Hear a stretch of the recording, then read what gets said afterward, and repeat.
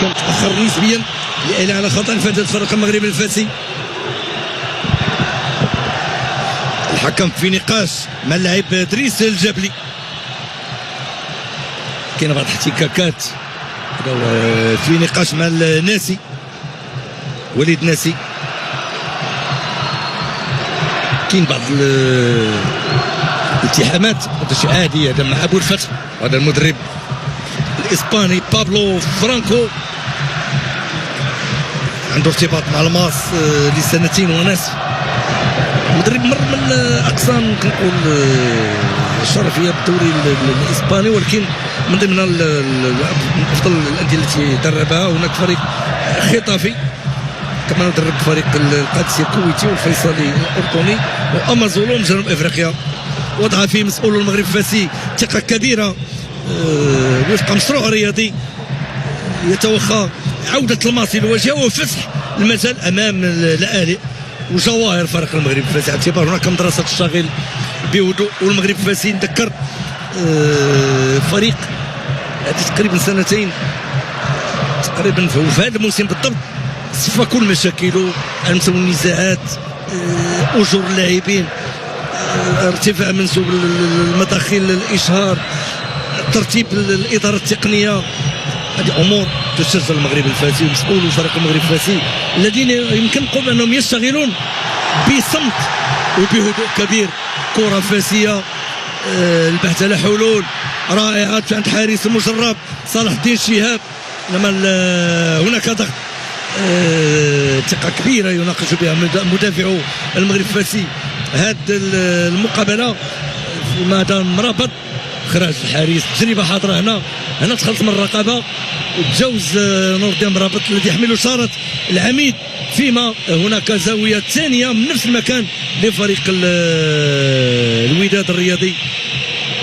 راميرو فاكا الفنزويلي رجل لرجل امام مرمى الحارس الفاسي صلاح الدين شهاب، واحد من المشربين.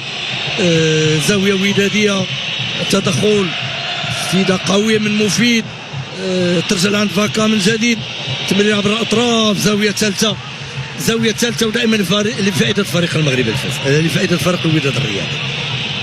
ضغط خفيف اثناء المباراه مفتوحه على جميع الاحتمالات، وحبل اللقاءات عبر التاريخ بين الوداد والمغرب الفاسي بالمفاجآت. كل شيء وارد في مجال كرة القدم، وخصوصا في مباريات من هذا العيار ومن هذا الكاليبر. بعيدة كل البعد. هناك ترقب بطبيعة الحال في هذا النزال. الفرق الكبيرة دائما تعيش تحت الضغط، لما يكون عندك جمهور كبير، قاعدة كبيرة من المناصرين عشرات الآلاف، يصبح الحل الوحيد هو النتائج. حتى إذا غابت النتائج لبعض الوقت لازم ما تطولش، إلا طولات يصبح الكل يشتغل تحت الضغط، لاعبون مدربون مسيرون، هذا لا يخلق أبدا مصلحة كرة القدم.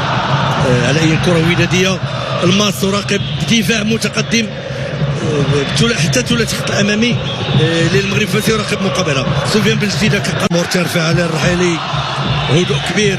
هذا ادريس الجبلي كيلعبوا بواحد الاسلوب سلس، بناء هجومي بانتشار رائع في رقعه الملعب. مباراه تكتيكيه غتكون صارمه بين المدربين، لا احد يريد المجازفه، البحث على حلول. مروان أورو شفت عند الرحيلي من جديد يغير الوجه كليا، تصل لإدريس الجبلي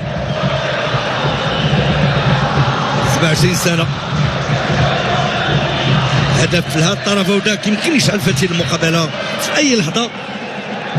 تدخينه طايره في الفراج حيث يتواجد وراء مرمى الحارس الفاسي صلاح الدين شهاب، حيث يتواجد المناصر المغربي الفاسي بالالاف.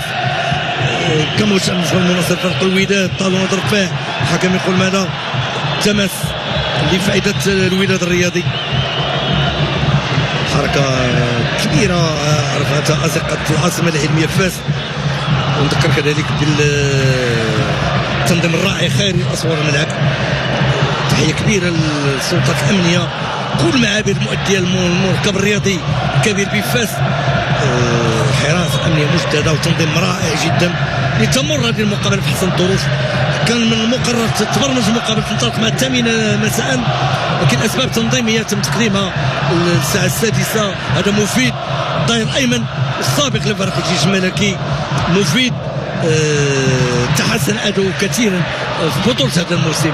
نسمي مسمياتها بالجديده كونترول، انطلاقات، تدخل ابو الفتح من جديد، باكاسو، انطلاقه فاسيه، انطلاقه من الوسط، محاوله الصعود، اشرف هرماش، اشرف سدد بقوه. اظن نور الدين اسامه، 25 سنه، لاعب سابق للشباب. النتيجة السلبية خادعة. يا سلام على المرور والعرضية. الله الله الله الله. لا تفضلوا خصما من نوعه أبدا. لا تفضلوا خصما من نوعه أبدا.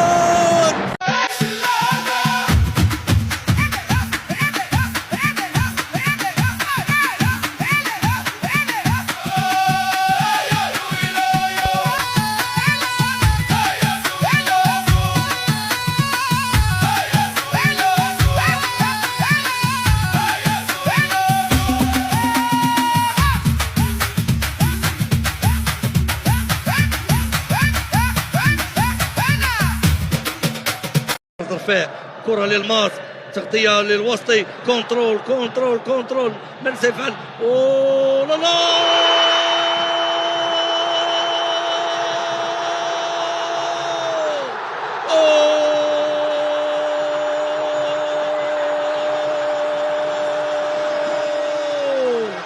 دريس جايلي يشعل فتيل المقابل ويسجل هدف من كوكب اخر.